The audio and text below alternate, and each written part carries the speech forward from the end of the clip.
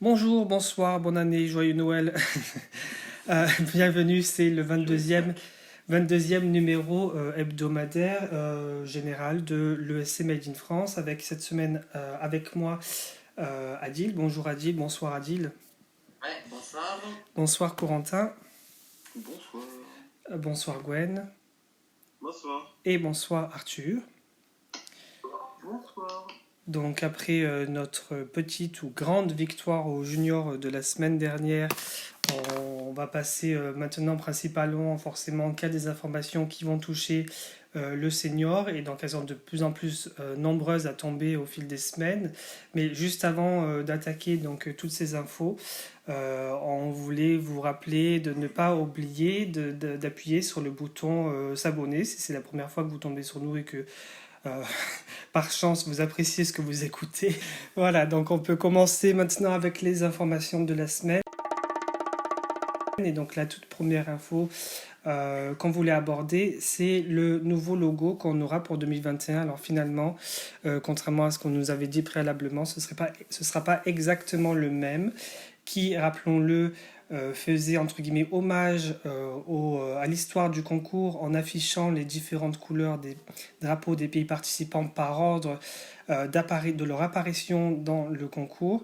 Cette fois-ci, la nouveauté, c'est que ça va apparaître par ordre de, entre guillemets, distance par rapport à Rotterdam. Et donc, forcément, les pays qui sont les plus éloignés auront un, comment dire, un trait, un petit bâton, un rayon qui sera donc pour le coup plus grand que, par exemple, la France qui est pas très loin et qui a un petit bâton tout petit, un petit rayon tout petit. Ouais, Euh, c'est mort. on va faire le tour des micros, des avis, de ce que vous pensez de ça. Je ne sais pas si j'ai oublié de préciser quelque chose dans l'explication. Non, ça va, c'est à peu près le concept, oui, la distance principalement. Donc, Arthur, qu'est-ce que tu penses de ce nouveau logo? Eh bien, je le trouve sympa. Le concept est sympa. Euh, Moins bien que l'an dernier, je trouve, mais tout aussi joli. C'est vraiment un logo qui, à mon avis, sera retenu dans l'histoire de l'Eurovision.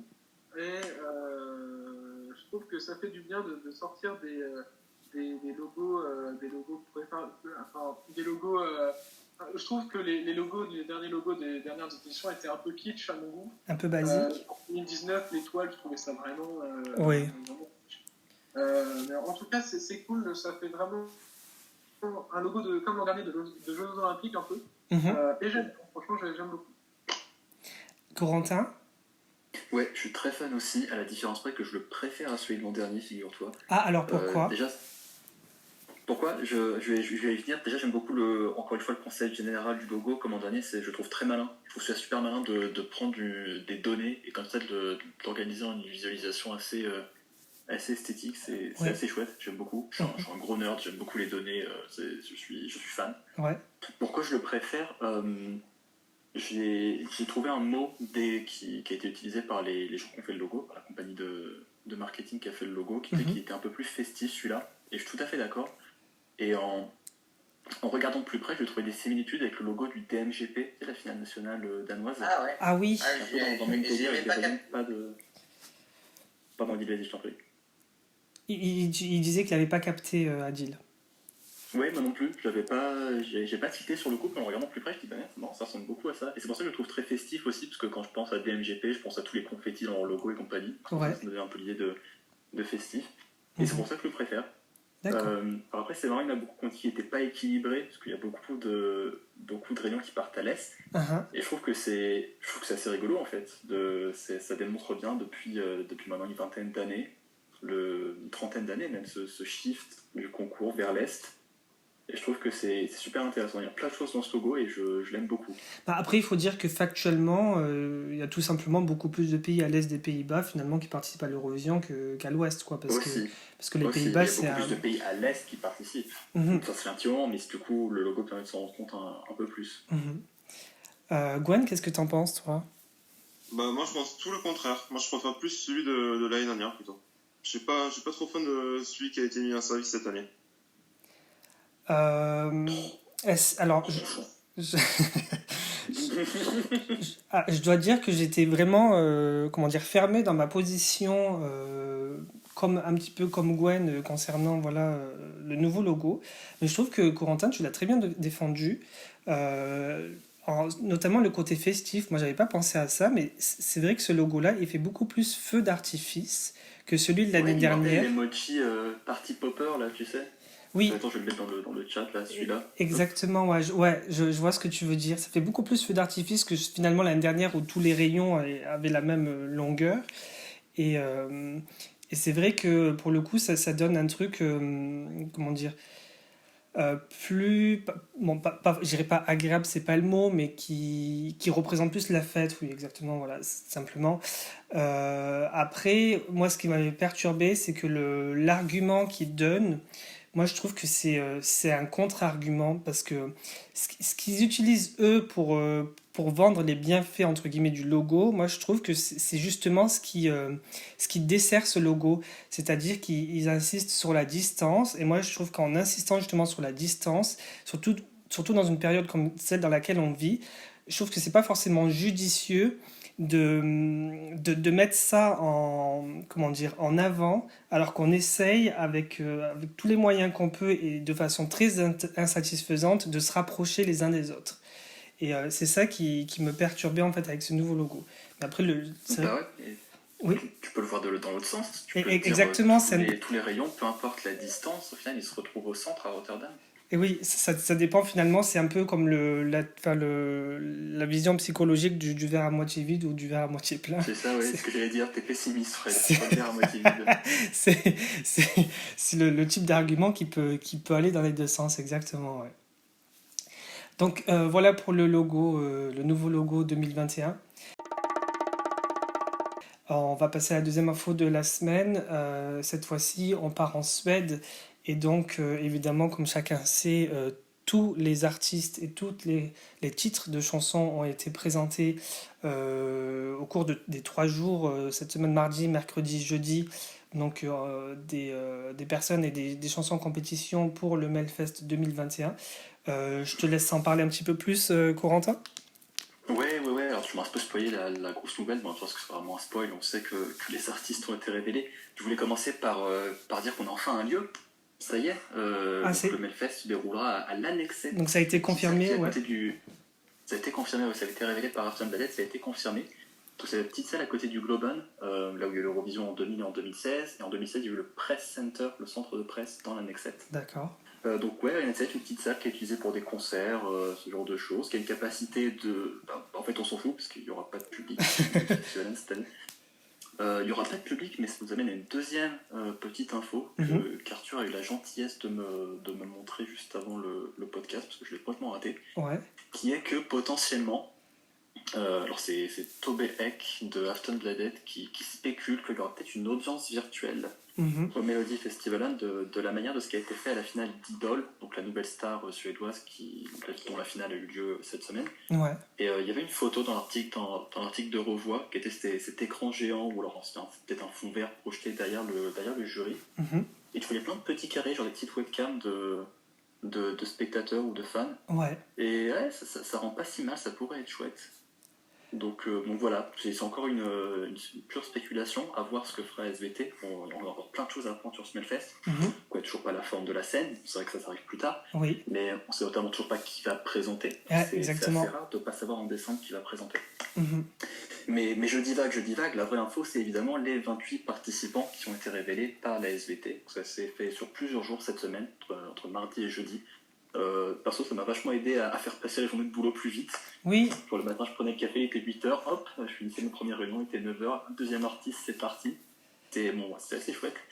Donc je vais pas citer les 28 artistes, parce que c'est déjà beaucoup trop longtemps que je parle, il va falloir que je m'arrête. Mais parmi ceux qui font beaucoup parler, on note le retour de Danny Saucedo, qui a participé à plusieurs reprises. La dernière fois, c'était en 2012, il était arrivé deuxième. Ouais. Et juste derrière Laureline. Ouais. On a également Eric Saadé, qui a participé 3 fois, si je dis pas de bêtises, et qui a gagné en 2011, donc qui était parti à l'Eurovision à Düsseldorf, où il était arrivé 3e. Et il y en a plein d'autres, mais si je devais en citer deux autres, je te citerai bien entendu le top 2 de l'an dernier. On a le retour de Daughter et The Mamas qui vont tenter une nouvelle fois de décrocher le titre. Voilà, voilà. Alors, beaucoup de fans sur les réseaux sociaux font référence à ce Melfest comme un All-Stars Melfest, entre guillemets. Et c'est notamment pour souligner le fait, enfin, c'est notamment en rapport au fait que, comme l'avait déclaré Björkman il y a quelques années, ce serait normalement sa dernière année. Tout à fait. Bon, après, on sait tous qu'il restera dans l'ombre du programme. Qu'il leur reste ou non, de toute façon, il a laissé une empreinte indélébile. Enfin, Oui. le concours, sa direction évoluera pas dans les prochaines années, on le sait, je pense. C'est clair. Est-ce que, du coup, il y a des noms qui enthousiasment particulièrement Adil? Moi, étant donné que j'aime beaucoup Popular et le remix par comment il s'appelle, Philadelphia pour White the White, je veux dire Eric Sade, je dirais le gros de rock Moustache. Après, c'est juste parce que j'attends Moustache de Tutune qui est sous-côté. Et peut-être un peu pour l'oreille pour une chanson à la What Good Is Love, Daughter pour Evolution, et un peu de masse parce que j'aime bien. Arthur, tu voulais dire quelque chose là-dessus? Bien sûr, du hard rock, du hard rock, du hard rock, du hard rock. Donc on a eu la confirmation que les deux groupes de hard rock, c'est impressionnant, quoi, deux groupes de hard rock, Lila Sister et l'autre, je ne me souviens plus le nom. C'est Moustache, non? Ouais, Moustache, voilà. Je suis très très content, qu'il y ait un peu plus de diversité au Hellfest. Ouais. Franchement, j'attends beaucoup d'eux. Je suis très content aussi du retour des Mamas. C'est très cool qu'elles reviennent pour tenter d'arracher une nouvelle fois la victoire. D'ailleurs, on va se demander un truc. Si les Mamas, elles gagnent, qui va leur remettre le prix? Est-ce que à elles-mêmes? Bonne question, ouais. Ah ouais. Bon, moi, ce sera un jeu musique. Encore une fois. Et je ne sais plus ce que je voulais dire. Mince, j'ai oublié ce que je voulais dire. Gwen, du coup, pour le Melfest, Alors, si je résume un peu le Melody Festival, ça fait 3 années que j'associe Martin quand on a les chansons. Après, bon, j'ai l'impression qu'à chaque fois, le Melody Festival, il y a un peu de tout, j'ai envie de dire. Des jeunes chanteurs comme comme des chanteurs un peu plus âgés, de tous les types de chansons. Après, là, comme ça, sans écouter, à savoir qui va gagner, là, je ne saurais pas dire. Bon, que ce soit The Mamas avec Robin Steinberg, ça, je ne sais pas du tout. Après, je vois qu'il y a quand même Anna Bergenda, la composition aussi, ce qui est vraiment pas mal. Ça peut être Il y intéressant. a aussi le retour de Charlotte Perrier, alors je sais pas qu'est-ce qu'elle va nous fourguer comme chanson. Arthur, ça t'est revenu ce que tu voulais dire, non? Ouais, ça m'est revenu. C'était juste pour dire les participants Eva Rydberg et Ewa Rousse, qui vont chanter Rena Rama Ding Dong, qui projettent de faire une sorte de parodie en chanson. Ça m'intrigue pas mal pour la blague. Sur un malentendu, ça peut passer. J'ai hâte de voir ça. Enfin, ils sont pas favorites, hein. Oui, c'est vrai qu'il y a déjà des paris en plus là-dessus. Enfin, bon, comme tous les ans, en général, dès que les noms sortent et les titres de chansons, tout de suite, ça s'affole entre guillemets. Et les résultats des paris sont assez étonnants. Enfin, je vois beaucoup de gens. Pardon, je te chipe la parole, Fred. Oui, vas-y. J'ai lu juste avant le podcast que beaucoup de gens pariaient sur Danny, qui était en tête des paris. Je trouve super Ouais. étonnant. Il a clairement dit dans une interview qu'il était pas là pour gagner, il s'en foutait. Alors, un mec qui revient après 10 ans pour te dire, oh, je suis pas là pour gagner. Je pense que déjà, ça devrait être un petit drapeau rouge. Là, tu devrais pas parier pour lui. Et puis, il chante en suédois. Ça fait combien de temps qu'on a fait une chanson en suédois qui a gagné au Melfest, sans déconner? J'avoue. Je dois dire que moi, je suis particulièrement intrigué du coup par la participation de Nathalie Bridolph, une très jolie rousse que je connaissais pas vraiment, qui va interpréter Fingerprints. Tout simplement parce qu'il se trouve que c'est une pote de ma coloc suédoise. non pas que ça intéresse particulièrement les gens, mais je me dis pourquoi pas. C'est assez marrant ça, Ouais. petit monde. Ouais, en fait, elle est un peu dans la musique aussi. Elle a fait quelques concerts, voilà, vite fait. Et du coup, elle a eu l'occasion de rencontrer pas mal de gens. et notamment cette belle rousse que je connais pas du tout, et donc je me dis, espérons que la chanson soit sympathique. Donc voilà pour la partie Melfest, dont on aura beaucoup plus d'informations évidemment dans les semaines à venir, parce que comme disait Corentin, on attend toujours notamment le nom des animateurs, par exemple, pour nommer qu'un élément. On va passer maintenant un petit peu plus au sud, à l'Estonie, qui eux sont un petit peu plus loin déjà dans leur procédé de rapprochement de la finale nationale, c'est-à-dire que les chansons sont sorties, ça y est, elles sont sorties hier soir, samedi, sur la télévision estonienne, et enfin non, sur le site, pardon, de la télévision estonienne. Et donc là, je vais peut-être laisser la parole à Gwen ou à Adil, si tu... Donc, comme vous savez, suite à l'annulation de l'Eurovision 2020 à cause du Covid, qu'on ne présente plus, Uku Soliste a été retenu pour passer directement en finale, et comme ça, il n'y aura pas de drama.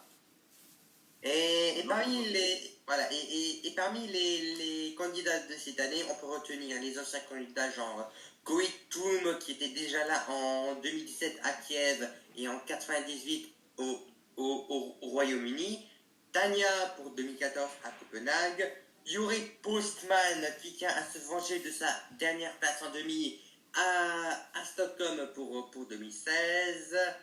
Je sais pas si j'ai... Oui, je crois que ça fait le tour, non? Ouais, je crois pas que j'ai pas oublié quelqu'un. Et ainsi que un petit troll que, comme vous savez, j'aime beaucoup les chansons trolls, c'est si bien réalisé, ce qui est le cas de celle-ci. Alors, ton avis général sur la qualité des chansons cette année, la sélection Alors, estivale? Alors, c'est une bonne sélection, même s'il n'y a pas beaucoup de chansons qui sortent du lot pour Rotterdam, je peux retenir 1, 2, 3, 4, 5 chansons. On a prévu de faire un programme évidemment spécial Estilol qui viendra dans les jours qui viennent. Et donc on ne voulait pas tellement spoiler pour ceux qui n'auraient pas encore écouté la sélection. Arthur, justement, tu voulais dire quelque chose sur... partager ton avis général sur la sélection? Ouais, alors en général, la sélection est assez bonne. Il y a des petits titres qui se démarquent du lot. Mais bon, pour l'instant, c'est des finales nationales qui sont sorties avec leurs chansons. Il y a juste Fick Et Estilol. Fick est vachement au-dessus d'Estilol, pour le coup. Ah ouais, ah oui, carrément. Ah d'accord, bon. Je le trouve personnellement vachement au-dessus. D'accord. Gwen? Alors, je dirais que le niveau est pas trop mal en Estonie. Mais après, si je me projette par rapport à l'Eurovision, j'ai un peu du mal à les voir en finale. D'accord. Oui, je sais pas, mais bon, après chacun son avis. Bien sûr. Peut-être qu'on n'a pas non plus les mêmes choix d'un côté de chaque côté, donc.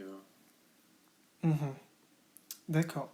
Corentin. Mais sinon, j'ai plus une chanson qui sort du lot par rapport aux autres. D'accord, très bien. Corentin, t'es pas marqué du coup sur la news, mais... Non, mais au final, j'ai un avis général, ouais. Je suis moins déçu que l'an dernier. Ouais. Il y a plus de chansons qui me plaisent un peu plus. J'ai pas été vraiment déçu par les gros noms. D'accord. Et surtout eu un coup de cœur immédiat. Ouais. Que j'ai en boucle là depuis hier. C'est un truc de ouf. Oh waouh. Donc je suis ravi. C'est bien parce que du coup, on a la palette entière des opinions qui est représentée. Donc c'est cool. C'est bien, je suis pas trop spoilé. On verra ce que ça donne cette semaine à l'enregistrement. Donc pour le détail des chansons. Donc voilà ce qu'on pouvait dire vaguement pour la sélection Estilol. On y reviendra plus en détail dans la semaine pour la spéciale Estilol, comme on avait fait pour l'Albanie, qui devrait sortir notamment très, très prochainement. Prochaine info de la semaine, c'est les chansons de la sélection pour Eden Allen pour Israël qui sont sorties. Alors on peut visiblement voter en ce moment en ligne, si j'ai bien compris, parmi 9 chansons. Et donc 3 d'entre elles seront ensuite qualifiées pour la version télévisée de la finale nationale qui se passera, elle, plus tard, d'ici quelques mois. Et Adil, tu voulais rajouter des informations là-dessus? Ouais, je viens d'apprendre que le Codam sera divisé en direct le 25 janvier 2021 durant lequel la chanson gagnante sera rendue publique et que les auteurs-compositeurs des titres finalistes seront rendus publics. Les 3 titres finalistes seront évalués par vente en ligne tout seul. Donc vous n'aurez pas de jury, pas de télévoting. Et parmi ces 2 chansons, je peux dire, en fait, ce sont essentiellement des démos, ce qui comprend pourquoi j'étais assez frustré parce que j'avais adoré Rakata et Faker Lady l'année dernière. Et vu que Israël était mon deuxième de 2020, ben, j'avais beaucoup d'attentes. Ben, j'étais grave déçu de ces 9 chansons potentielles pour la chanteuse. Hein. Bon, après, je peux retenir Set Me Free et encore. Hein. Ça, c'est méga. Et donc, il y a une chanson que j'aime pas du tout parce que la prod est assez mauvaise. J'espère que les Israéliens vont pas troller. Hein.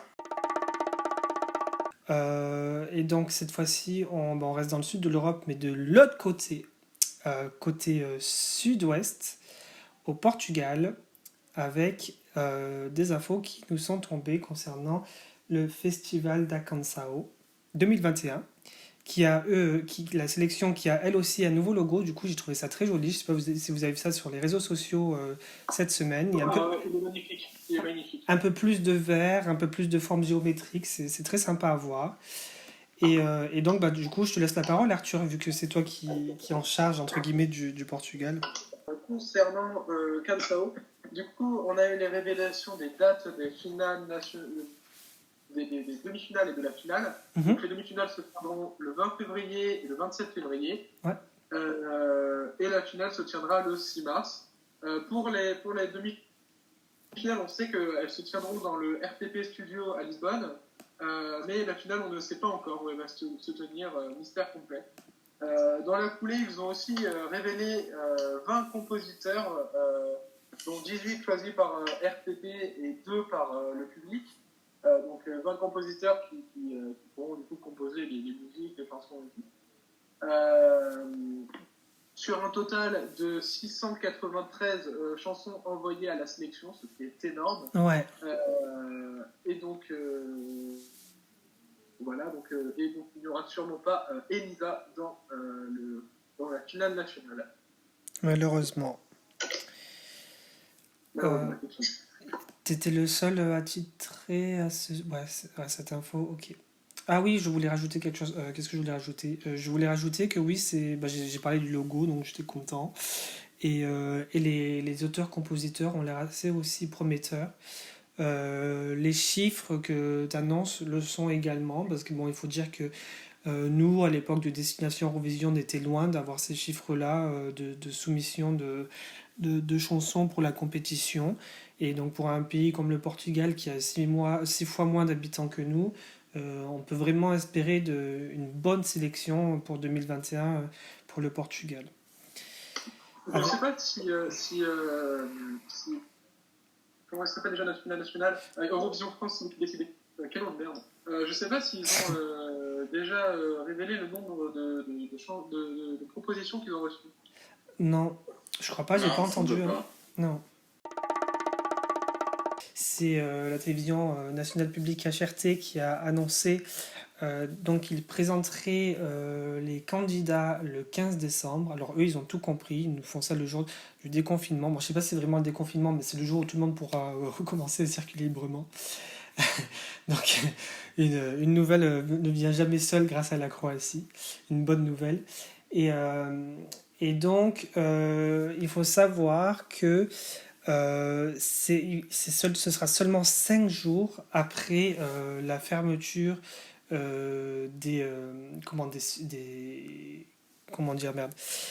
l'acceptation des candidatures. Donc, autant dire qu'ils vont visiblement se décider assez rapidement sur les différentes personnes en compétition cette année pour Dora. Et donc, c'est un comité assez intéressant qui va s'occuper de cette sélection. Donc, on parle notamment de la radio et de la télévision croate et de l'association des composeurs croates et de l'union musicale croate. Donc, on espère là aussi de bons gems, comme on dit, des chansons assez sympathiques et de qualité. Et donc, comme on avait abordé récemment, Damir ne sera pas de la partie finalement. C'est Damir ou Demir d'ailleurs? Je sais plus, c'est Damir. Je crois que c'est Damir. Et donc la finale aura lieu le 13 février à Opatija, comme ce fut le cas ces 2-3 dernières années, il me semble. Je voulais rajouter l'info des audiences du junior et l'info inutile que j'ai oublié de dire que j'en ai une encore une fois. Ouais. Oui, du coup, par rapport aux audiences du junior, à mon avis, dernière news du junior avant la prochaine saison, c'est les audiences qui ont été, pour certains pays, incroyables et pour d'autres, exécrables. Ouais. On a la Pologne qui a fait par exemple 6 millions de viewers. C'est absolument impressionnant. Ouais, 32,6% de la part d'audience. En France, on a fait 1,2 million, soit 7,3%. C'est plus. Donc c'est un peu dans la moyenne. C'est pas mal. C'est plus qu'en 2018 et en 2019. Ouais, on a fait, mais à peine un peu plus. C'est-à-dire que pour une victoire, disons que c'était pas le gonflement immense que ça pourrait l'être dans d'autres pays niveau audience. La question, c'est est-ce qu'on va faire plus l'an prochain si on organise? Voilà, si c'est à la maison, forcément. Bon, c'est ça la question. je doute qu'on aura les chiffres de la Pologne cette année, mais on fera forcément Non, plus. je pense pas, ouais. On va peut-être monter un peu. Je reviens pas des chiffres de la Pologne, quoi. 6 millions. C'est T'imagines, on peut même pas 6 millions avec l'Eurovision Senior. Mais en oui, France. c'est incroyable. Je Ouais. suis sur le cul. Ouais.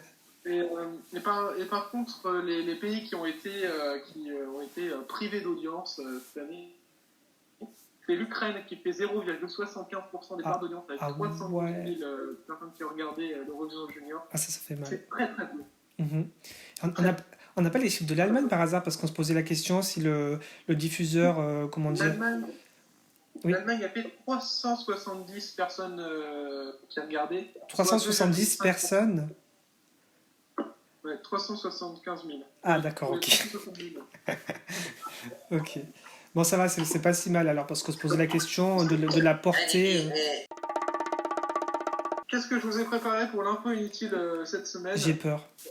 Je sais qu'on allait beaucoup parler de la Suède et des artistes annoncés, du coup j'ai décidé de parler de l'Estonie. Oui. Uku Sussivest. Sous-Sylvestre. Vous saviez que Uku Sussivest, il était né en 1982. Et en 1982, il y avait E.T. au cinéma. Ah, ouais. et ben ceci explique cela. Et ben voilà. Ouais, Merci. c'est à côté de ses yeux.